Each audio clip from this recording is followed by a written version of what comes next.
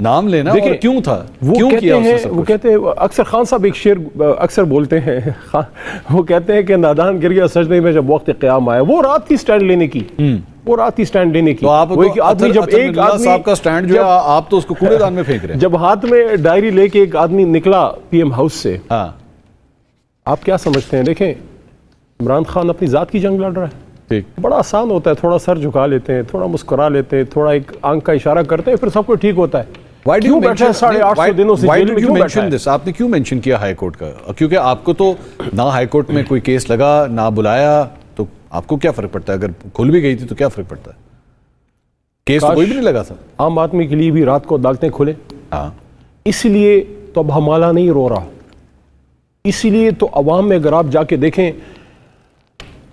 Being student of law, being a person جو کہ وکالت میں اس لیے میں نہیں آیا تھا کہ مجھے کوئی اور پیشہ نہیں تھا میرے لیے, میں انجینئرنگ چھوڑ کے آیا ہوں. I came to profession of law by conviction. تو عوام کی بھی کچھ ایکسپیکٹیشن ہے اس عدلیہ سے. عوام کے کیسز سالہ سال رول رہے ہیں. میں جب پہلی بار اپنی ایک انڈیویجول لائر کے طور پہ لوور جوڈیشری میں جب لوور کورٹ میں بیٹھا, میرے استاد محترم جو فوت ہو چکے تھے, ایک کیس میرے ٹیبل پہ آیا. میں نے دیکھا وہ 1972 سے چل رہا تھا. اٹ واز 2011 کی بات کروں, 1972 سے کیس چل رہا تھا. میں نے کہا یہ کیا ہے؟ وہ جس کا تھا وہ کہتا ہے بس اسی طرح چلا رہا ہے. میں نے کہا میں چلانے ملانے والا نہیں ہوں, میرے سے فیصلہ کروانا ہے, فائٹ کرنی ہے تو ٹھیک ہے, نہیں ہے تو کسی اور وکیل کے پاس لے جاؤ. یہ ہماری جوڈیشری کی حالت ہے. لیکن اس کا حل کیا یہ ہے کہ ہم جوڈیشری جو ہمارے جو جج صاحبان ہیں, محترم جج صاحبان جیسے بھی ہیں, ان کو ہم ڈپٹی کمشنرز بنا دیں, ان کی بدلیاں کر دیں, ان کا یہ کر دیں. اس معاشرے میں منصور صاحب جہاں لوگ طاقت کے ساتھ چلتے ہیں, لوگ ہوا کے رخ کو دیکھ کے فیصلے کرتے ہیں, کچھ ایسے سر پھرے تھے جنہوں نے سٹینڈ لیا.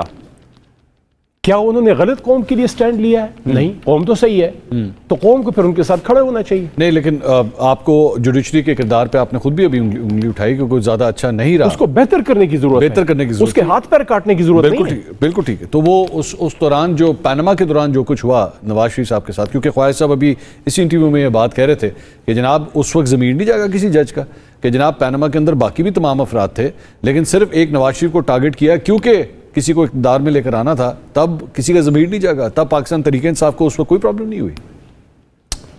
پاناما کی پوری کیس میں خان صاحب کے ساتھ جاتا رہا, میں دیکھتا تھا آپ کو, مجھے یاد ہے. وہ جو مائنورٹی ججمنٹ تھی نا کھوسا صاحب والی, وہی بڑی ججمنٹ صحیح وہی والی تھی.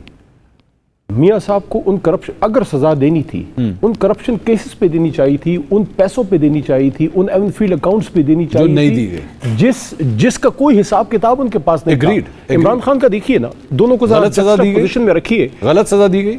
میں سمجھتا ہوں کہ صحیح والی دوسری تھی, ان کو سپیس دیا گیا, وہ سپیس دیا گیا, سپیس دی گئی ان کو. سر آپ نے اس میں سے کاما نکال کے سزا دے دی, آپ نے نواز شریف صاحب کو وزیر اعظم ہاؤس سے باہر نکال دیا. جو چیز تھی دیکھیں, اگر انصاف ہوتا, قوم مطمئن ہوتی کہ پیسے نکل آئے. دیکھیں عوام کی بھی ایکسپیکٹیشن ہے, ہم سے بھی ہے, جوڈیشری سے بھی ہے. میں نے عمران خان صاحب سے جب یہ الیکشن ہو گیا 2024 کا, مجھے موقع ملا ملاقات کا. اب تو 1 سال ہو گیا میری ملاقات بند ہے. ہم ایسے کسی کو نہیں بھاتے, کوئی وجہ ہے, سب مل رہے ہیں, مل سب رہے ہیں منصور صاحب. ٹھیک, کچھ ہیں جن کو بالکل پرسونا نان گراٹا ہے. واٹ ہیز ہیپنڈ بیفور 24 نومبر جو ہمارا پروٹیسٹ تھا, آخری بار میں عمران خان سے ملا, وہ اس کے بعد 1 سال ہو گیا. لیکن 16 فروری مجھے ڈیٹ ایگزیکٹ یاد ہے, 16 فروری کے دن جب خان صاحب سے میں ملا, میں تھا, سردار لطیف کھوسا صاحب تھے, اور ہمارے چیف وپ محترم عامر ڈوگر صاحب تھے. ٹھیک, ابھی میاں شہباز شریف صاحب کی فارم 47 والی حکومت نہیں بنی تھی. ٹھیک, میرے ذہن میں یہ تھا کہ شاید کچھ لوگ بار عمران خان صاحب سے ڈر رہے ہیں, جو ڈر ابھی تک دور نہیں ہوا. اب تو 27ویں ترمیم بھی ہو گئی, اب تو ڈر دور ہونا چاہیے. لیکن اس وقت میں نے یہ سوچا کہ ہو سکتا ہے اس وجہ سے دروازے بند ہو جیل کے کہ لوگ ڈر رہے ہیں کہ عمران خان باہر نکل کے کیا کرے گا. میں نے خان صاحب سے انہی کی بات پوچھی.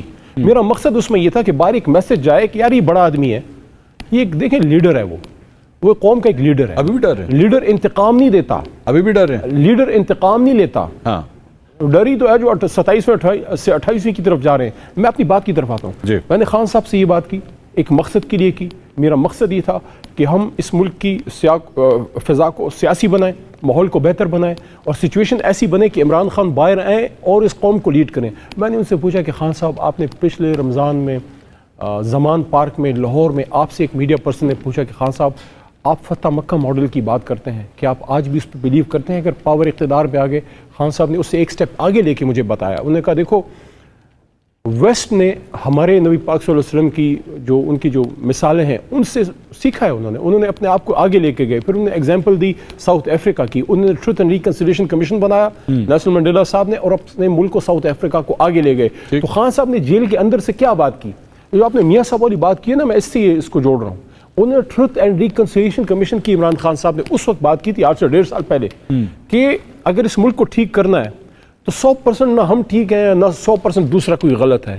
کچھ غلطیاں ہم میں ہیں، کچھ غلطیاں کسی اور میں ہیں، کچھ غلطیاں کسی اور میں بھی ہیں. آپ لوگ مانتے نہیں ہیں نا. For that Imran Khan had given the direction. اگر عمران خان نے جیل میں 1.5 سال پہلے بیٹھ کے ٹروتھ اینڈ ریکنسیلیشن کی بات کی تھی تو اس میں کیا اس کا کیا مقصد تھا؟ آپ غلطی مانتے نہیں ہیں نا. اس کا کیا مقصد؟ اس کا مقصد دیکھیں 2018 کے اندر اگر وہ ماحول بن جاتا آئے تھے آپ لوگ، دیکھیں مانتے ہیں یہ غلطی؟ منصور صاحب اگر ماحول بن جاتا، اگر عمران خان صاحب کو انگیج کر کے باہر لے آتے اور ایک ماحول ایسا بن جاتا کہ ہم اس ملک کو ایک نیا فریش پولیٹیکل سٹارٹ دے دیتے. آج جتنی قدورتیں ہیں، جتنا سپیس کم ہو گیا. آصف صاحب کو نا وہ یہاں پہ بیٹھے نہیں ہوئے، لیکن ایک بات کا میں کریڈٹ دینا چاہوں گا کہ جنرل ضیاء کے دوران جب انہوں نے سیاست کی، ان کی فیملی نے، وہ آج تک اس بات کی معافی مانگتے ہیں، وہ ایکسیپٹ کرتے ہیں کہ وہ غلط کا بدلا. جی پھر فون کال تو نہیں ملانی چاہیے تھی باجوہ صاحب کو. جنرل باجوہ کو انہوں نے میسج کیا تھا. انہوں نے کہا جی دھاندلی ہو رہی ہے میرے ساتھ، دھاندلی ہو رہی ہے. اس پہ عثمان ڈار بیچارہ لڑکا، اس نے کون سی دھاندلی کرنی تھی؟ وہ ماں جی نے کون سی کرنی تھی؟ ان کی جو والدہ ہیں. نہیں یہ 2018 کی بات کر رہا ہوں میں. 2013 میں بھی یہ ہوا، 18 میں بھی یہ ہوا. دیکھیں have they learned the lessons? Have you learned your lessons? Yes, I think we have learned the lessons. PTI has.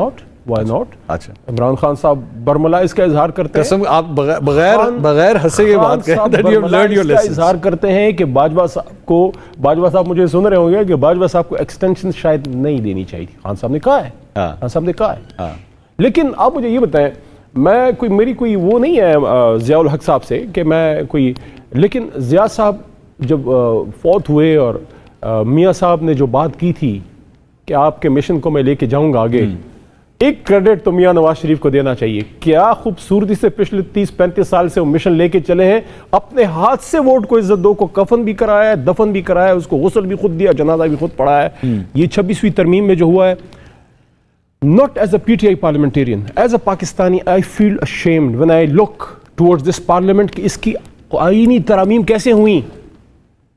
مجھے نہیں پتا یہ چلے گا کہ نہیں ہم نیوز پہ، لیکن اس اسلامی جمہوریہ پاکستان جس کو مملکت خداداد کہتے ہیں، اس کے آئین کو جو کہ اسلامی آئین ہے، اس کی ترامیم، یہ 27ویں کو چھوڑیں، 27ویں تو مال غنیمت ان کو مل گیا تھا نا. تاتاریوں کا جس طرح حملہ ہوتا ہے اور وہ جو سارا لوٹ کے لے جاتے ہیں، ہماری سیٹیں لوٹ کے لے گئے، ان کو 2/3 مل گئی تھی.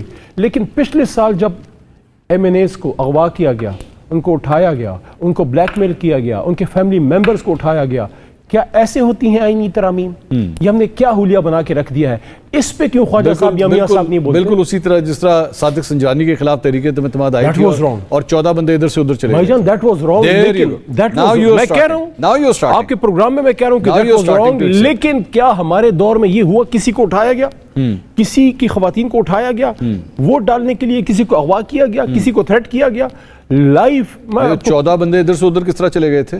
ناظرین، جیسا کہ آپ نے کلپ میں سنا، یہ گفتگو صرف سیاست نہیں بلکہ ہمارے پورے نظام عدل، آئینی عمل اور سیاسی ذمہ داریوں کا آئینہ ہے. علی محمد خان نے جو نکات اٹھائے وہ ایک سادہ سوال چھوڑ جاتے ہیں کہ کیا ہمارا سیاسی اور عدالتی ڈھانچہ واقعی عوام کے اعتماد پر پورا اتر رہا ہے؟ احتساب، شفافیت اور آئینی ترامیم، یہ سب تبھی مضبوط بنتے ہیں جب فیصلہ سازی آزاد ہو، دباؤ سے پاک ہو اور عوام کے مفاد میں ہو. اگر آپ چاہتے ہیں کہ ہم ایسی ہی گہری، سچی اور باخبر تجزیاتی ویڈیوز لاتے رہیں تو ویڈیو کو لائک شیئر ضرور کریں اور چینل سبسکرائب کر کے بیل آئیکن بھی دبا دیں. میں ہوں عباس.